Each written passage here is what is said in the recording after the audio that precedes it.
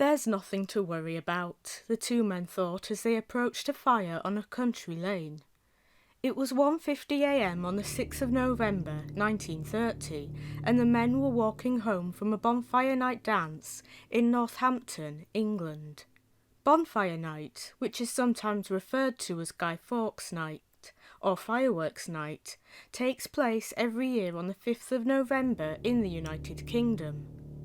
It's a commemoration that has taken place since 1605 and celebrates the fact that Guy Fawkes and other members of the Gunpowder Plot failed to blow up Parliament and assassinate King James I. This was the reason why the men didn't panic as they made their way towards their homes in the village of Hardingstone. Someone must have lit a bonfire in celebration of Guy Fawkes Night. As the men walked down Hardingstone Lane, a man approached them in the opposite direction. The man was well dressed and he was carrying a briefcase. He spoke to the two friends, saying that it looked like someone was having a bonfire. After he made this remark, the man continued walking in the direction of the main Northampton to London road. The friends continued making their way home, but they soon discovered that the fire they saw burning against the night sky had nothing to do with bonfire night. On the side of the road was a car, a Morris Minor to be precise. It had been set ablaze, with the flames reaching up to 12 feet in height. As quickly as they could, the friends alerted Hardingstone village policeman Bert Copping and the parish constable. Together, the group of four extinguished the fire with water collected from a nearby pond.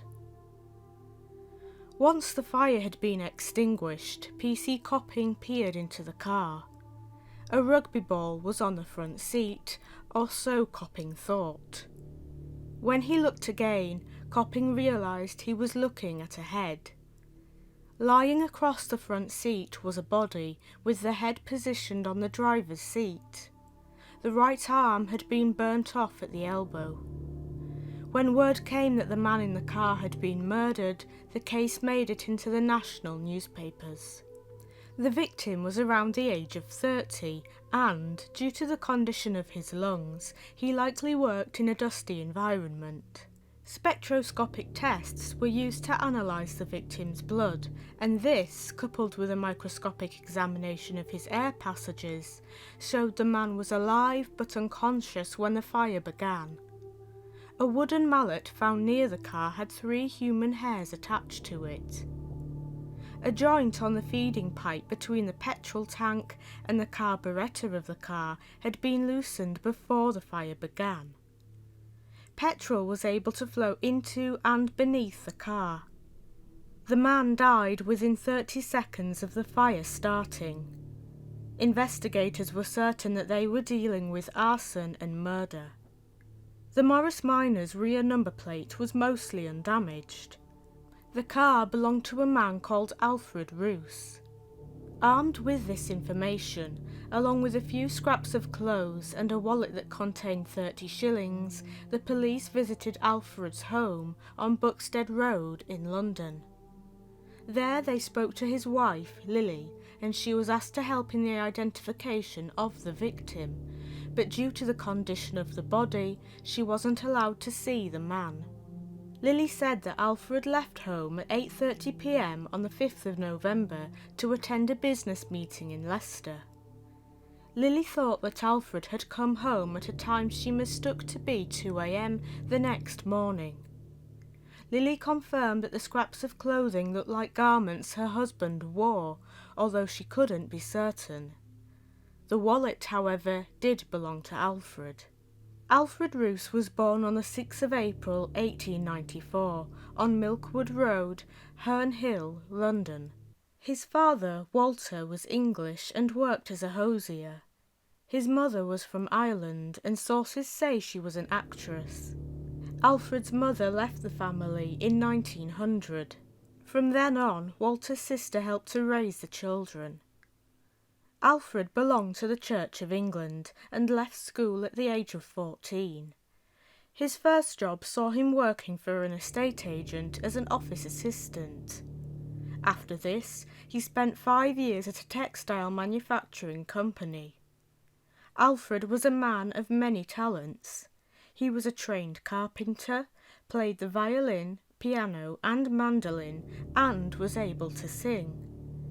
In 1909, he met Lily Mae Watkins at a local dance and the pair began dating. They married on the 29th of September 1914. Just 4 days before World War I broke out, Alfred enlisted in the British Army and he was assigned to the 24th Queen's Regiment as a private. Alfred was sent to France in March 1915. He served with distinction in the army, but was able to find the time to father an illegitimate child. Alfred was involved in the Battle of Festubert, and in a bayonet attack he came face to face with a German soldier, lunged at him and missed. The memory of this caused recurring nightmares. On the last day of that particular battle, a high explosive shell exploded close to Alfred's head. He injured his head, knee and thigh. Alfred was knocked unconscious and he didn't wake up until his hospital train passed through Bedford, England, as it made its way to a UK Ministry of Defence hospital unit. Alfred spent most of the next year in hospital and had several operations, including some on his left temporal region to remove shrapnel. He now had difficulty walking, and it was found that his ability to walk had been reduced by 75%. He was formally discharged from the army in February 1916 and was awarded a military pension worth 20 shillings a week. After his doctor reported that Alfred's memory had been seriously affected, his military pension was increased to 25 shillings per week. By early 1917, Alfred had made some progress in recovering, and his doctor was hopeful that his injury could be overcome. By July 1919, his doctor noted that Alfred wouldn't allow his knee to be flexed by more than 30%, but he determined that his patient no longer had a long-term disability from his head injury. The doctor was unable to find a physical reason for Alfred's limitation of his knee movement and felt it was linked to his neurosis. In August 1920, a final examination revealed his injury had completely healed and the limitations of his knee movement had decreased. His military pension was stopped and Alfred was given a final lump payment of £41 5 shillings in settlement of all his injury claims. Alfred began to enjoy life again. He found employment that involved physical work and he developed mechanical skills, as many of these jobs involved the use of vehicles. He began playing tennis, and in the late 1920s, Alfred began working as a commercial traveller for a Leicester-based firm, which mainly sold braces and garters. This job led to Alfred travelling across the South Coast and the Midlands. Things were going well. Alfred and Lily were able to take out a mortgage on a house on Buxted Road, where they lived with their son, and in 1930 Alfred bought a 1928 Morris Minor. When the police spoke to Lily in November 1930, it appeared that the victim found in the burning car was Alfred. Or was he? Alfred wasn't the family man he seemed to be on the surface. Alfred didn't just have one secret. He had many, and they came in the form of various women. After being discharged from the army, Alfred began a series of affairs with married and single women. He was a charismatic fellow, and many of the women he saw came from poorer backgrounds. He charmed them with stories of how he was a rich entrepreneur from London and gave them promises of marriage.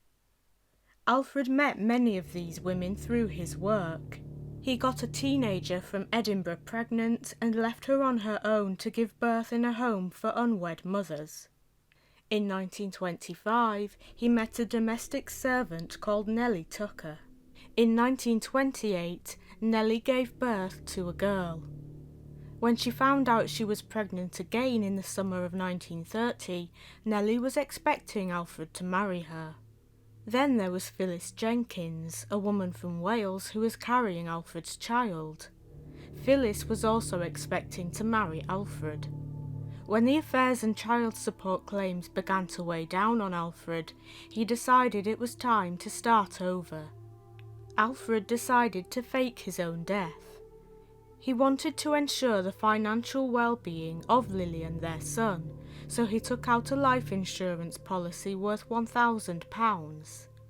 Lily was named the benefactor, and the policy would be paid in the event of the accidental death of the owner-driver of Alfred's vehicle. Alfred began thinking about committing a murder in which he could fake his own death when he read about the murder of Agnes Kesson, a Scottish barmaid who was found dead in a rural lane near the market town of Epsom in June 1930. When his mistress, Nellie Tucker, gave birth to a second child, a girl, on the 29th of October 1930, Alfred decided to act on his plan. Alfred spent the 2nd or the 3rd of November looking for a man he knew was physically similar to himself. He soon tracked him down. The man reportedly told Alfred that he had no one who cared if he was alive or dead. Alfred concocted a story about being able to help the man find work in the Midlands through his own job as a commercial traveller. His victim agreed to travel with Alfred to Leicester on the 5th of November, and to minimise any resistance from the man, Alfred gave his victim a bottle of whiskey to drink during the drive. When Alfred eventually confessed, he said he'd chosen the 5th of November as the date to carry out the murder, as a fire wouldn't be noticed as much. Alfred believed he'd gotten away with murder after knocking his victim unconscious and setting fire to his Morris Minor. Alfred went home to London and arrived home at 6:20 a.m, not 2 a.m. as his wife had thought. He spent half an hour at home before travelling by train to Glamorganshire, Wales, to meet one of his mistresses, Phyllis Jenkins. Alfred thought that his new life was just beginning, but it was Phyllis who soon led the police to Alfred. Phyllis was curious as to why Alfred hadn't driven to Wales in his car. He replied that it had been stolen in Northamptonshire the previous day, and that the police and his insurance company had been informed. But Phyllis couldn't shake the feeling that something wasn't right. The next day, she showed Alfred a newspaper that had printed a photo of his burned-out car. The article accompanying the image wondered if the victim found in the car was the vehicle's owner. Had the man been killed? The newspaper asked. Alfred denied the car belonged to him. Alfred decided it was best to leave Phyllis. He told her that he was going to travel by coach to Hammersmith Broadway, West London, and at 10 a.m. he boarded a coach in Cardiff. Phyllis, however, had grown even more suspicious by now, and she contacted the police. She informed them that Alfred had been with her, and where he was travelling to. That evening, Alfred was arrested at the Hammersmith coach terminal by Detective Sergeant Skelly of the Metropolitan Police Service. Officers from the Northamptonshire Police made their way to Hammersmith. By now, the two friends who had discovered the burning car had spoken to the police about the person they'd seen walking away from the scene. While waiting for the Northamptonshire Police to arrive, Alfred claimed that the man in the car was a hitchhiker he'd met near St Albans, who had accidentally set his vehicle alight when Alfred left his car to relieve himself.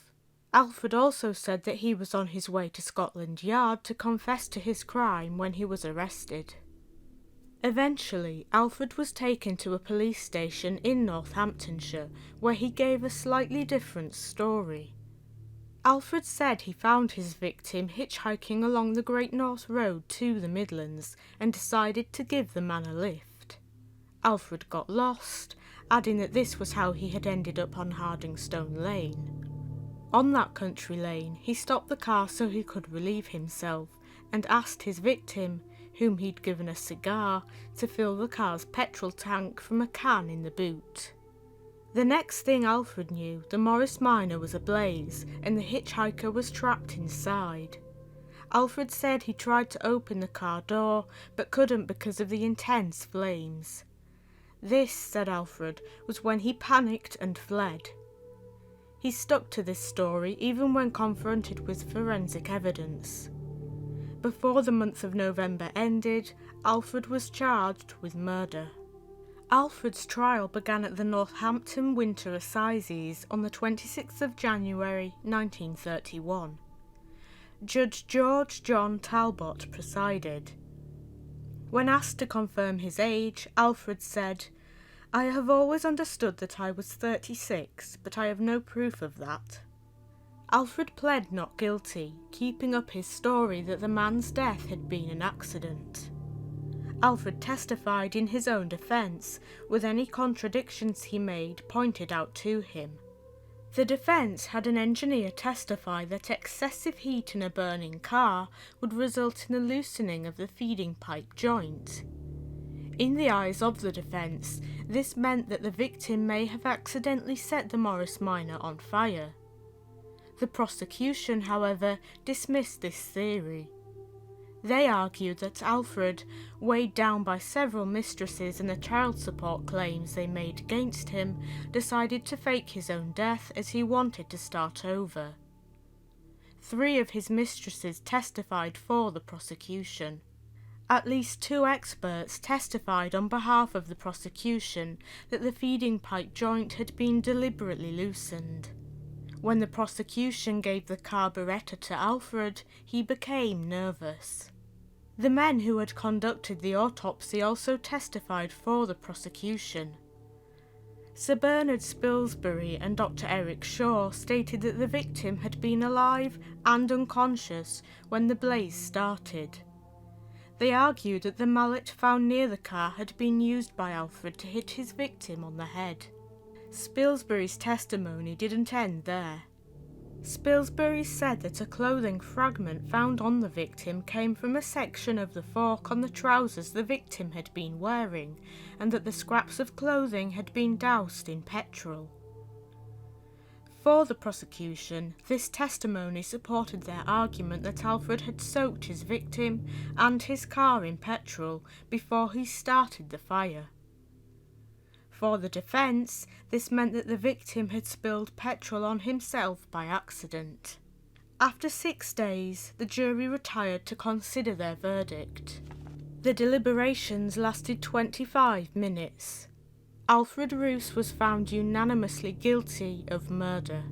Alfred appealed the conviction, saying that a moral character evidence used in the trial may have influenced the jury.